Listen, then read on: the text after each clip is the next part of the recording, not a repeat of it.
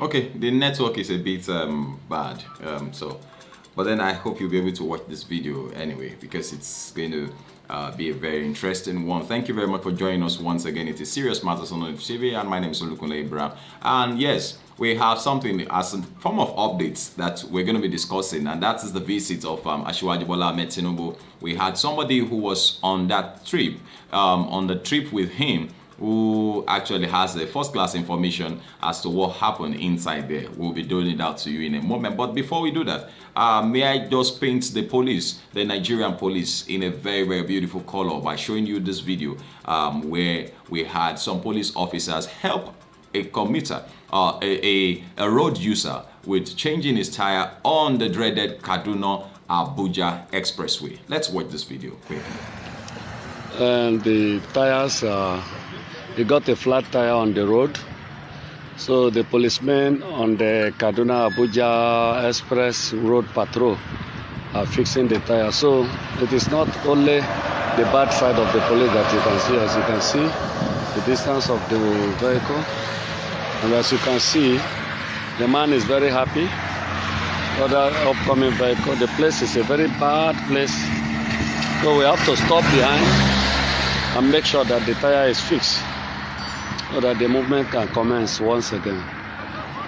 That is the situation report now. You see everything is going. This is the express. So we're trying to fix the tire. That is it. That is exactly what is on ground. So it is not when it is too bad that you will see the police is bad, but the ones that are good are always good. Thank you.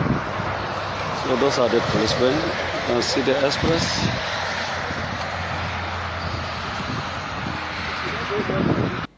All right, thank you very much. Welcome back. I hope you saw that video, and I want to believe that will go some way in kind of readjusting or adjusting our mindsets about the Nigerian police. Yes, we understand that there are bad eggs, amongst them, but then that does not mean that the totality of the Nigerian police force is bad. Look at the team. Look at how they stopped just for one vehicle, a road user, and I believe they're doing a good job outside there, and we say kudos to them. Let's go straight to what we have for this particular edition. Now, Speaker of the House of Representatives, Femi Gbajabiamila, says that what candidate of the All Progressive Congress APC, Senator Bola Tinubu, is assuring of the latest victory come 2023. Recall that Asiwaju Bola had made lots of derogatory statements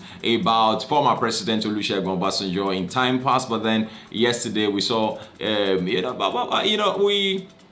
and I really love to show you some videos, but I know you must have seen quite a lot of those videos around. And so ranging from the video where Asiwaju Bola Ahmed said that man is the greatest Nigerian Riga election. He said he's also an expired milk. You should just dump him and all of that. And so quite a lot of things happen. And that tells us that there is no permanent enemy, especially in politics. Look at what happened when the same Femi Gbajabiamila went to Rivers State. Remember, he's on the platform of the APC. He went to, Rivers State, where we have a sitting governor on the platform of the PDP. And Wike said to him that, look, we were the ones who plotted that you should not be made speaker.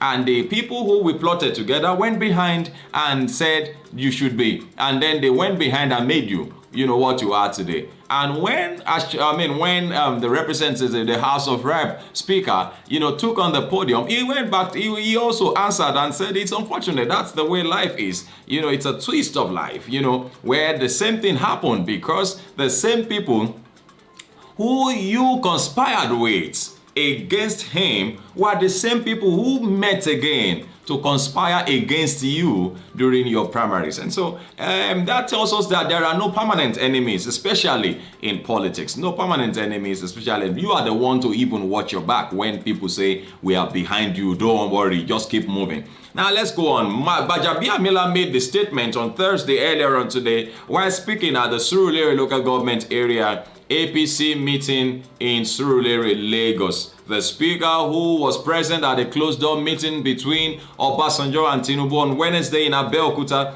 said from what he had there, Tinubu's presidency was almost a reality. He said Obasanjo made encouraging statements about Tinubu's aspiration and even prayed for the APC presidential candidate. When we were going to Obasanjo's house, we were 8, including Asiwaju, Tinubu and me. We didn't want many people to know about the meeting. So we were to meet Obasanjo and 5 others from his side. But when we eventually got there, we met something pleasantly shocking. A mammoth crowd of our supporters were already at the former president's house waiting for us.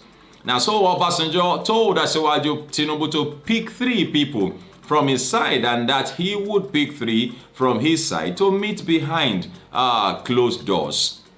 So I, Chief Oshoba and Chief Akande and Asiwaju went from our side. My people, what I heard there was what Obasanjo said: the victory of Asiwaju is assured. Obasanjo spoke at length and we were all happy. He embraced our candidate like a brother, gave him a pat on the back and prayed for him copiously. He said Gbajabiamila, who said from what analysts and observers had said, the 2023 election was going to be a 3-horse race by 3 main candidates.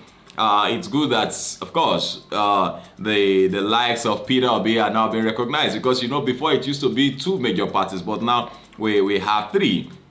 You know, he, however, said Senator Bola Tinubu was the candidate with best records of performance and network. Gbajabiamila said that he had no doubt Tinubu would win the presidential election. He urged party faithfuls at various wards making up Surulere local government areas to work assiduously for the victory of Tinubu and all progressive Congress candidates in Surulere come 2023. Next year's elections is going to be an important one in our nation, and we all need to make the right decision. And of course, we have said that times and again, it looks like a time bomb. It's a determinant of, you know, the history or the future of our nations, considering, you know, how bad things are becoming by the day. You know, he said from all indications there are 3 main candidates for the election. We know what they did and what they did not do. 2 were former governors, and we know the one whose records are enduring, and we know how the other people performed while in office. But one thing is a fact: there is none out of the 3 candidates that has the records of Tinubu.